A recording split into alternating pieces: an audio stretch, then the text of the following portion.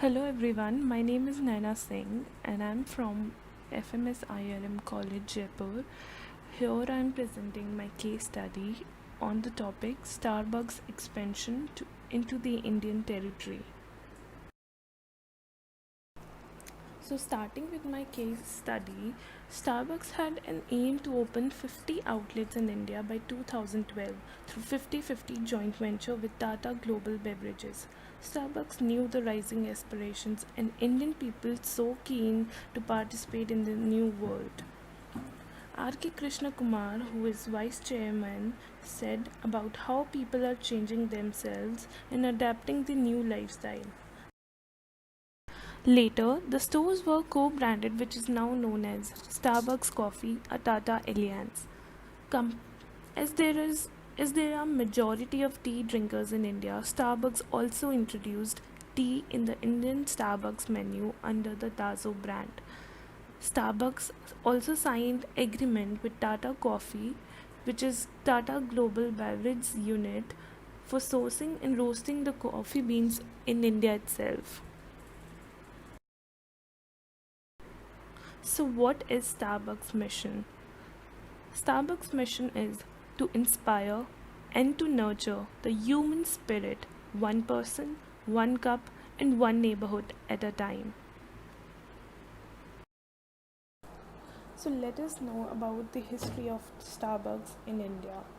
So, Tata Starbucks Private Limited, which was formerly known as Tata Starbucks Limited, is a 50-50 joint venture company which is owned by Tata Consumer Products and Starbucks Corporations.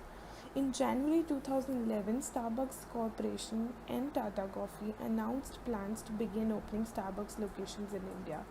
Although despite false start in 2000, in January 2012, Starbucks finally announced a 50-50 joint venture with Tata Global Beverages, which is called Tata Starbucks Limited. On 19th of October 2012, Starbucks opened its first store in India, which was in Mumbai. Starbucks also opened the first roasting and packaging plant to supply in Indian outlets in Karnataka in 2013. As of March 2019, Starbucks now operates in 40 outlets in 10 cities of India, which are the major cities of India, which we call the metro cities like New Delhi, Gurgaon, etc.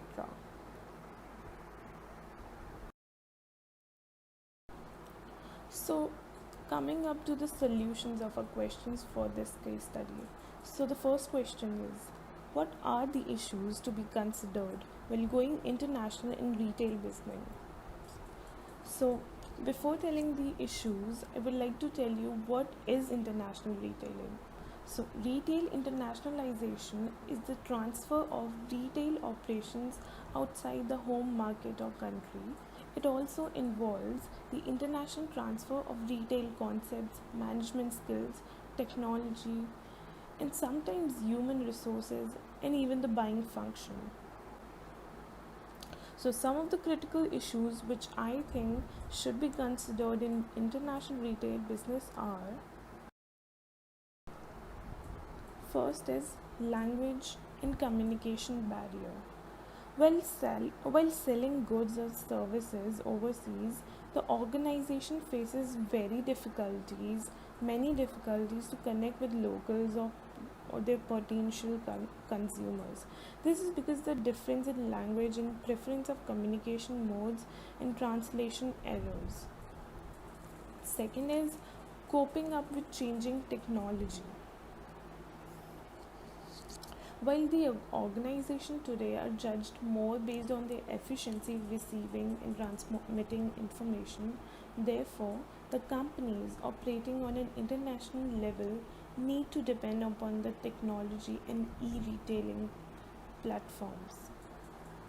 Third, consumer empowerment. Well, the consumers are the main ingredient of any organization, because if you don't have consumers, your business wouldn't survive. So, it is really important for your consumers to be, it is really important for you to empower your consumers. Then we have cultural complexities. Well, every market is culturally diverse, and the consumers' values define their priorities for the goods or services, and So the next purchasing power question and is, modes of shopping and with the making impact of payments. COVID-19, So, what understanding the culture according of to the you would potential be the market future is of a very cafes in the complicated country? task, but at the same time So, very well, in my essential, opinion, which needs to this be is one sector which is going which to be needs to be taken worstly into the affected by consideration. COVID-19. And as per and according to the National Restaurant Association of India, this industry is estimated at 4,23,865 rupees crore in India, and it employs more than 7 lakh people in India. Also, with the growing fear of exposing the staff to infection, many cafes are being shut down already. So, following are some of the impacts that cafes might face due to COVID-19 pandemic.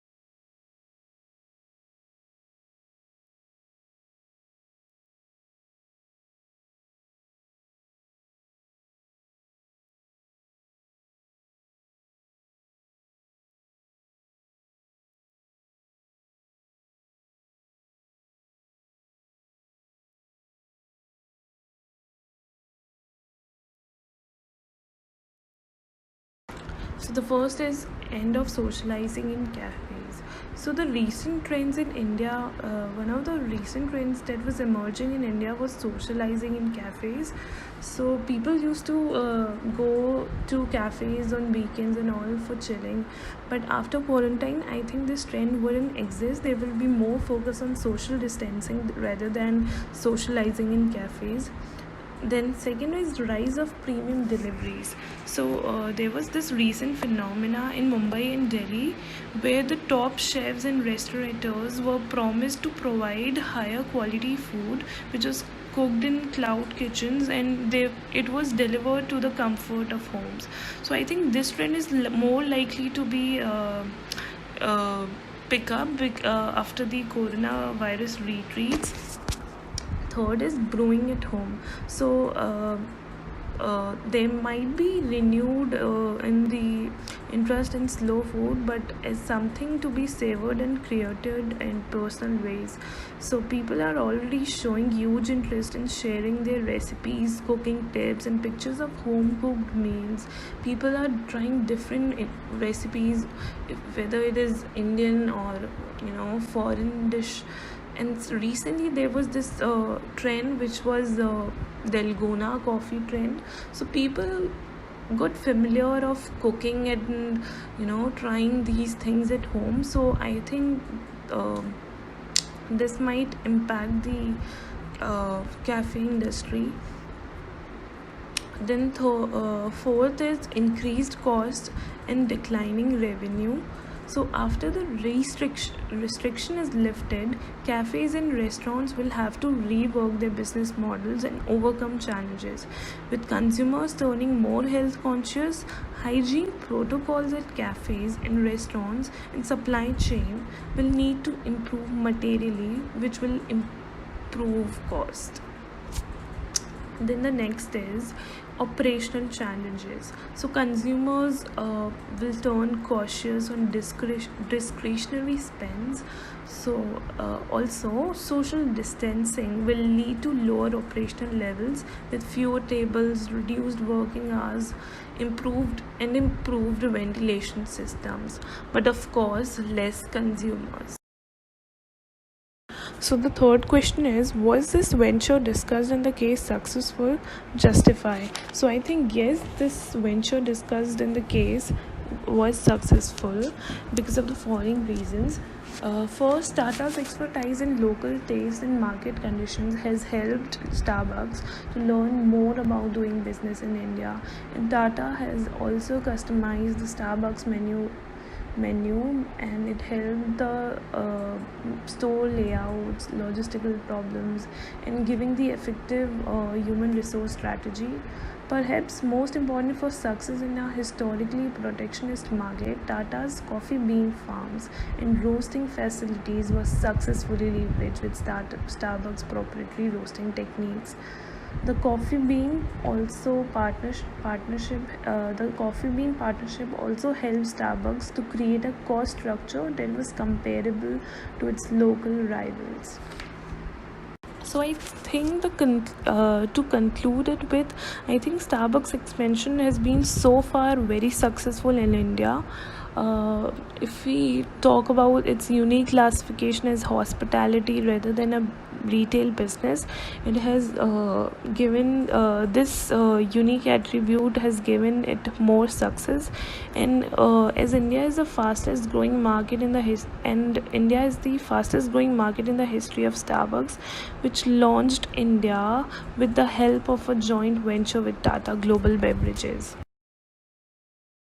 So now, the Tata Group and Starbucks corporations also collaborate on some ventures outside India. Starbucks Reserve Tata Nellore Estates, the first ever Starbucks Reserve coffee sourced exclusively from India, became the first Indian coffee to be roasted and sold at Starbucks' home city of Seattle in 2016. The coffee was later rolled out across Starbucks outlets in the United States. In the same year, Starbucks also began selling Himalayan bottled mineral water at its outlets in Singapore and also began retailing its products on board all flights of Vistara, a joint venture between the Tata Group and Singapore Airlines. So I think looking at all of these things, I think